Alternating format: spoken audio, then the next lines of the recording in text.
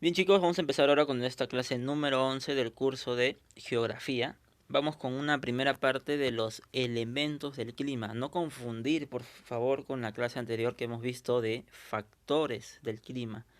Son cosas muy distintas. Y justamente en esta clase también les voy a explicar esa diferencia que hay. Primero, en meteorología se define como elementos del clima al conjunto de componentes que caracterizan al tiempo atmosférico. Bien, ahora, hasta aquí. Tipo atmosférico o simplemente tiempo, como ya se le había explicado en la clase anterior también, es el estado del clima, se le podría decir, el estado atmosférico, el estado en un instante. Entonces, estos elementos del clima son esos componentes que caracterizan al tiempo en ese instante.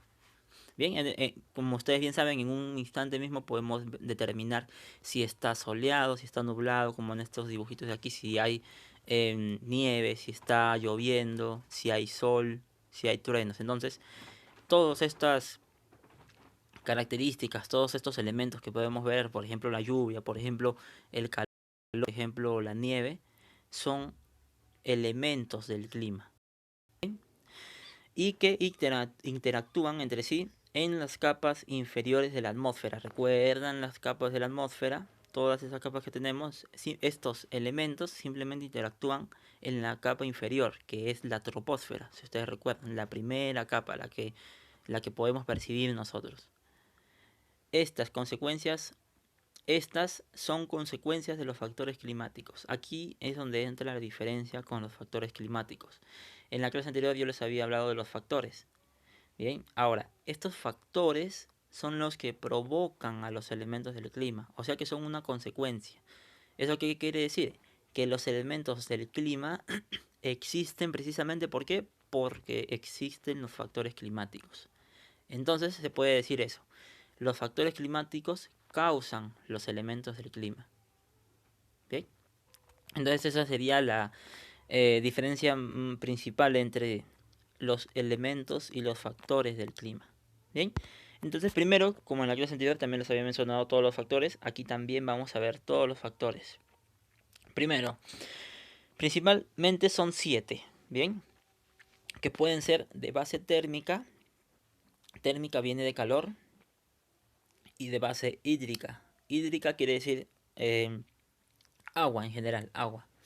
Primero, por base térmica tenemos a la radiación solar, tenemos la temperatura, tenemos la presión atmosférica, tenemos el viento.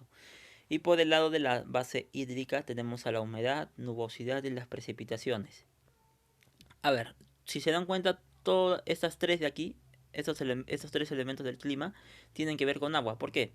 Porque la humedad principalmente es el porcentaje de agua que hay en el aire. La nubosidad son las nubes, que precisamente también están conformadas por agua. Y las precipitaciones, que no es más que un sinónimo de lluvia nada más. Al escuchar la palabra precipitación es como si estuviéramos diciendo lluvia, nada más. Y bueno, aquí tendríamos las de base térmica, que son la radiación solar, la temperatura, presión atmosférica, los vientos, todo esto. Entonces, voy a pasar a explicarles los elementos del clima. Cada uno de estos los voy a explicar. Pero en esta clase simplemente vamos a empezar con la radiación solar y la temperatura. Primero vamos con la radiación solar. A ver, es importante que entiendan que no toda la radiación solar llega a introducirse en la Tierra. Hay un porcentaje que se refleja de vuelta al espacio, sin ningún efecto calorífico. ¿Esto qué quiere decir? Que no llega a calentar en nada a la Tierra. Simplemente puede que rebote en ciertas zonas externas de la Tierra y que el calor se vaya. Pero eso es claro, es solo un porcentaje. Bien, como bien indica aquí. El 20% es reflejado por las nubes. 80%, 8% es reflejado por la superficie terrestre. Porque hay zonas en la Tierra que no absorben el calor y que lo reflejan nada más. Un 3% rebota en las moléculas del aire. Bien, estos porcentajes son referenciales, ¿sí? Pero las principales características en las que la energía solar se va a reflejar son en las nubes, en algunas superficies terrestres, ¿sí? Porque no todas, hay algunas zonas de la Tierra que sí van a absorber el calor, hay otras que simplemente lo van a reflejar, lo van a repeler. Y también en las moléculas del aire puede que reboten. En ciertas moléculas que hay en el aire, el calor puede que rebote. Entonces, si se dan cuenta, es un porcentaje muy pequeño. Si ustedes suman 20%, 8%, 3%, alrededor de un 30-31% de la energía solar se refleja hacia el espacio sin ningún efecto. Luego tendríamos que hay energía absorbida en la atmósfera, que esta sí causa calentamiento. Ahora, esta energía, por si acaso, aún no llega a la Tierra, que son las flechitas que aquí nos indica. Por ejemplo, estas se quedan en la atmósfera, en las capas superiores. Por ejemplo, el 15% es absorbido por el vapor de agua que está en algunas capas superiores de la atmósfera. También absorbido por las nubes, algunas. Entonces, este tipo de calor va a ser absorbido en las capas de la atmósfera. Y luego, porque si se dan cuenta, simplemente aquí estamos hablando de 15%, 20%, 3%, 8%, 3%, otro 3% más. Aún falta otro porcentaje.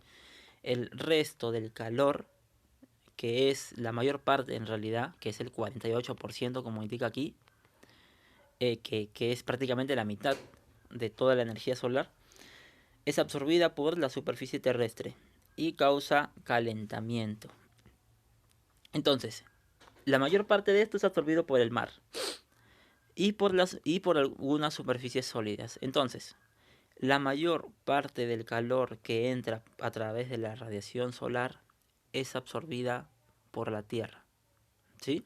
Es absorbida tanto por el mar como por las superficies sólidas, porque sí, hay ciertas superficies en las que sí va a absorber el calor la Tierra. Entonces, importante, no todo el calor, no toda la radiación solar afecta a la Tierra.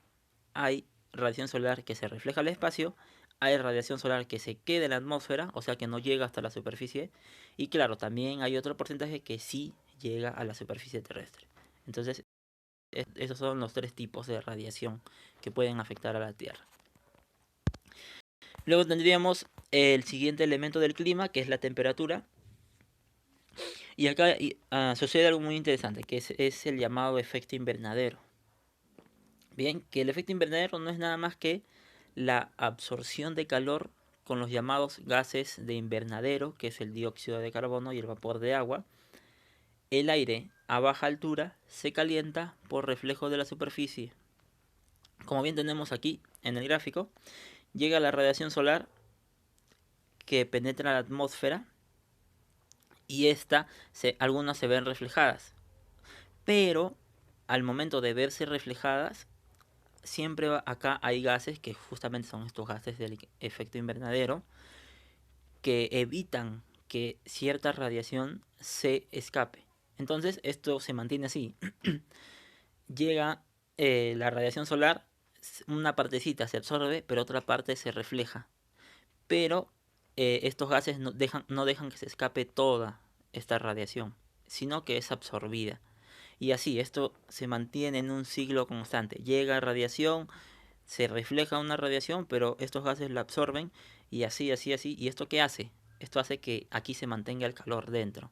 ¿Por qué? Porque si no se iría reflejando y no se mantendría el calor y no habría mucho calor en la Tierra. Entonces, este efecto invernadero provoca que nosotros estemos a cierta temperatura aceptable, claro, a una temperatura aceptable y podamos sobrevivir, porque en general la Tierra debería ser muy fría, pero gracias al efecto invernadero se mantiene caliente. ¿Bien? Entonces, este sería otro elemento del clima. Y serían los dos únicos elementos de los cuales vamos a hablar en esta clase. Ya en la siguiente clase vamos a hablar de la presión atmosférica, los vientos, la humedad, la nubosidad y las precipitaciones. Pero en esta clase simplemente vamos a hablar sobre estos dos elementos del clima. Y bueno, ya como siempre les enviaré una actividad con unas preguntas sobre este tema que acabamos de hablar. Y esto sería todo.